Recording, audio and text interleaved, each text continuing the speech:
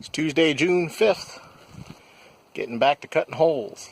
So I didn't show too much of actually how this comes together, but yeah, it's just 3 holes. And it gets covered by the vent panel. Then it gets screwed up into the gap. Really, really, really simple. I got 6 of these to do today. We'll see how far I get. Depends on the weather. It's sunny right now, but really windy. I'm actually getting sprinkled on right now. So the sun and the rain are battling out today. If it starts raining hard, I go back inside. It's as simple as that. Wren is getting her chainsaw together, so she'll have more of the fun stuff to watch today. I just got these to do. So here's the chainsaw. You take it out of the box. For those of you who might be wondering, I can confirm that this is my first chainsaw. Contrary to popular belief, I haven't always had a chainsaw. So this is, of course, a DeWalt. It comes with a 5 amp hour battery, but we had one of those already. This is the second one we'll have like that. But it's the same battery system as every other power tool we've purchased, so that just keeps it easy for us, so we never run out of battery life. It's a little windy today. I don't know if you can hear me. Come in. Get yet another charger and battery. I'm curious to see what kind of assembly is required for a chainsaw. Oh, it looks like very little. It's a nice little protective cover. It's just a little tiny chainsaw. So now I have to read the instructions because somewhere I have to put oil in here somewhere. So I have to learn about that. That'll be boring for you. Okay. So the chain is oil. You can tell because I can see that there's oil in there up to the top as requested. I've learned how to do this handguard kickback setting. I put the battery in. It should be ready to go. So let's see how I do. Oh. I have a chainsaw. I'm not going to cut anything right here. Put the guard back on and walk myself over to the thicket. I've read the instructions on how to properly fell a tree so that it goes in the correct direction. So she knows a heck of a lot more about this than I do. I don't know how to do that. They have a picture. I'd be like, cut it and run. That's me. No, they had pictures. I looked at the pictures. So off I go.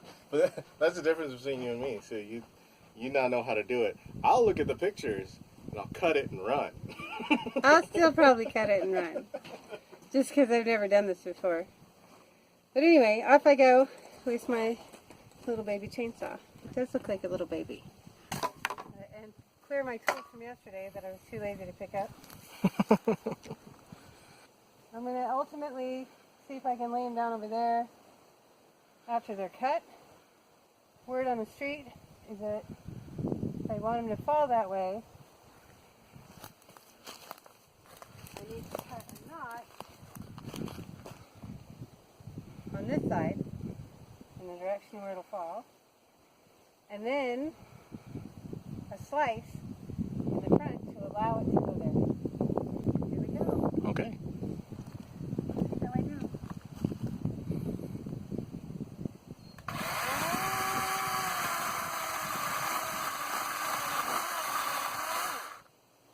Cut number 1.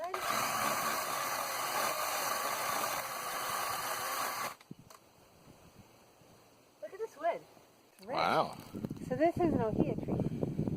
They bloom little red flowers. It's red, and they red. say they have a purple heart. Yeah. And they do.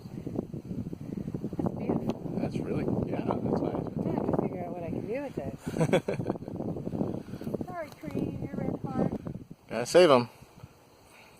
You can make earrings. Sell them on Etsy or something. Well, Maine, Hawaii, ohia earrings. People. Angela bought a hair stick All right, yeah, that one guy's, yeah. for an astronomical price. Yep. make 10,000 hair sticks out of this tree. Alright, so I've got a notch cut out. Let's see how I do. Cut and run time, people.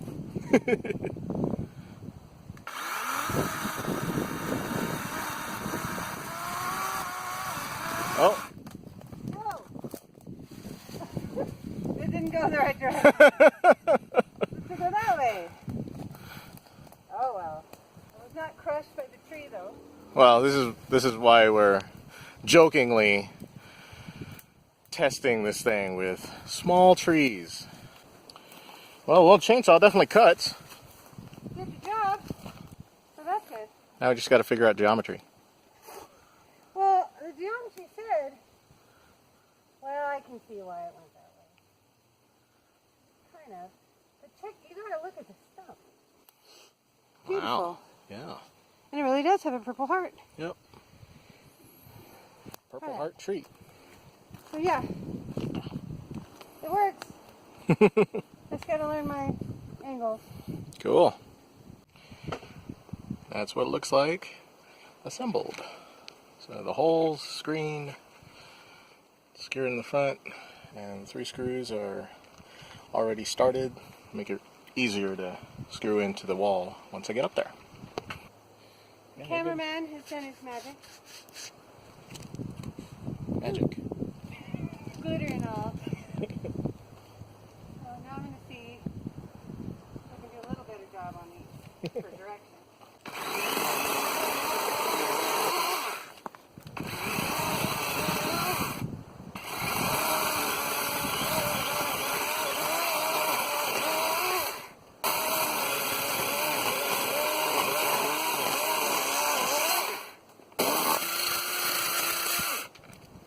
It went the right way.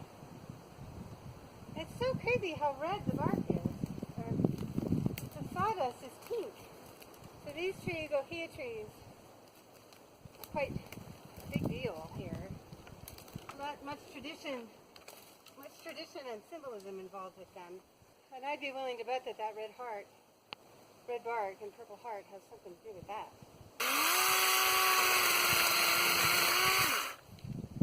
This little guy's a mango. They're invasive here, so they tell you to go ahead and kill them. But I think they're pretty.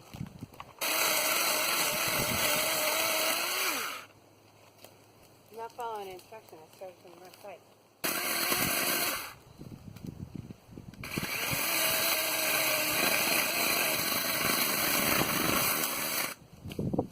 All right, here's a big one. Let's see how I do here.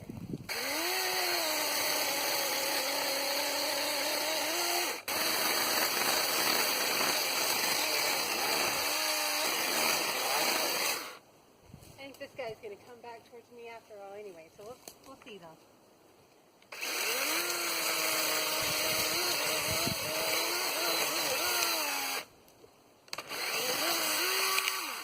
Give him a hand. Alright, trees are down. That went pretty well. I'm not unhappy.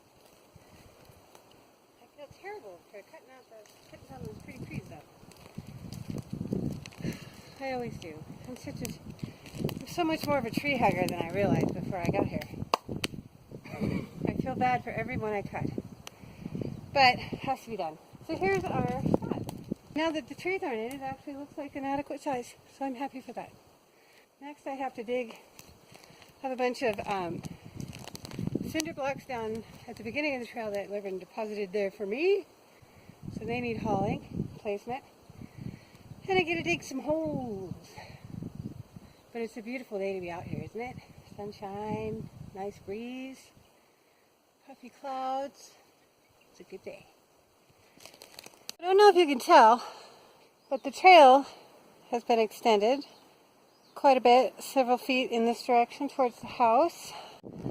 Also, a lot more of it is down to the lava. It looks like a mucky mess, I'm sure, on camera. But it's a lot more solid than it was. There's more to do, of course. But there's a puddle. I'm not sure how to figure out how to drain it. It's kind of steep on that side, kind of steep on that side, and it's lava underneath. So that may just have to get some gravel. So it's widened considerably here. There's a lot more digging to do down in this area. It's just really mucky. So when you dig it, it's really difficult to get this really heavy mud into the shovel. And then you actually have to work just as hard to get it to let go of the shovel over here in those piles. You've got to bang it against something, and there's really nothing to bang it against, and so it's just twice the work, and it's really heavy, mucky, clay soil. But the trail is coming along. It's a lot less dangerous, although it's still pretty slippery. You can see here where it's dried from the sun that when it's dry, it'll be a very good trail. I mean, it's a good trail.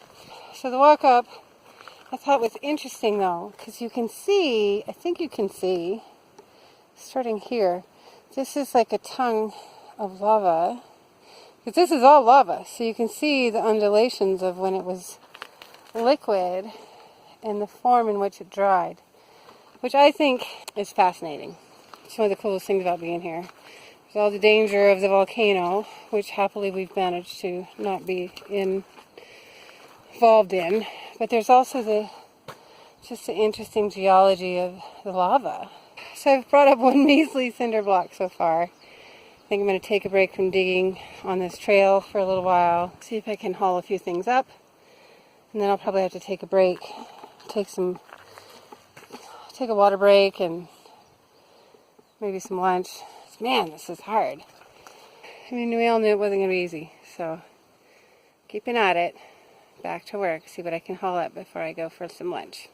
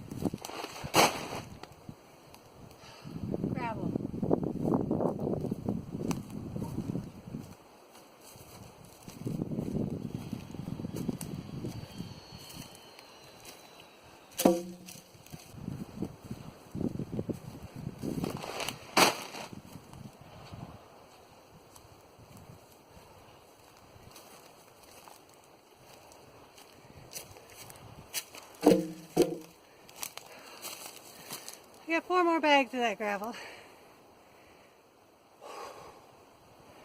That's heavy. That's kind of a steep climb. So I'm not going to make you watch it. 6 bags of gravel. I don't know how much these things weigh. They're freaking heavy. 5 cubic feet of gravel per bag. I don't know what that means. 6 bags of gravel. 6 cinder blocks, and I don't think you can see it, but 3 posts. We're now up the hill. Hard. So each post will get cut in half, and we shouldn't need more than half a post for each footing. So this is all the supplies I'll need until it's time for concrete. The next thing is to place them and start digging holes, because I haven't done enough digging yet. You don't have to dig very deep, and you can't, honestly, because you hit rock, lava. But it depends. Some areas it's like 8 or 10 inches deep. In other areas it's only 3 inches because of undulation in the lava rock like you saw on the trail. I gotta go wipe off some of this itchy stuff from the ground. I think I've got some ants on me. Anyway, we don't have fire ants here on our property that I've seen yet, which is fantastic. Some of the lower areas in Puna, they do have fire ants, and those can be excruciating if they get on you. But we just have little baby black ants, nothing big. We're learning, or at least I've been learning since we've been here, the district that we live in is called Puna, but truly not where we are. We're too far north and too far, or not north, too far uphill and too far south. Puna is low, and it's definitely more jungly, and unfortunately that's where the East Rift is, because it's newer land, honestly.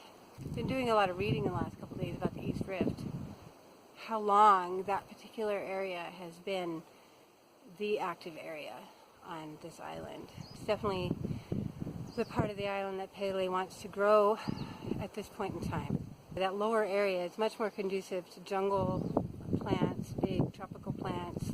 It's warmer down there, it's more humid down there. For whatever reason, they just have more of the sort of not less attractive bug life than we do, like the giant caterpillars. I've never seen one. I don't even think I've ever seen a spider. I've seen like one spider web when we were first clearing out to create the gate, and even that wasn't a big deal.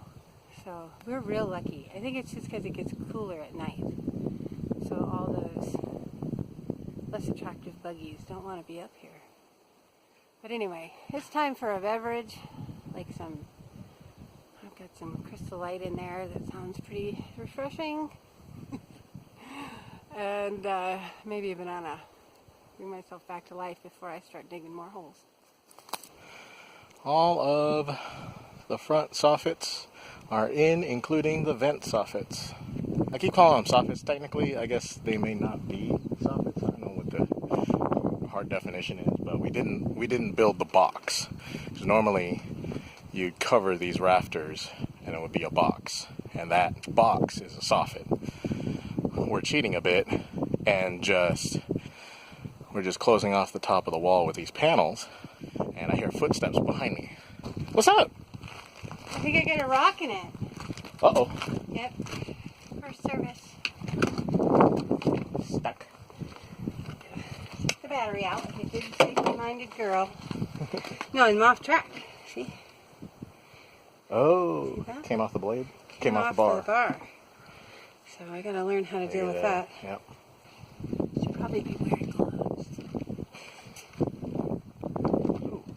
Oh, look at that. Look at that. I'm gonna clean this out.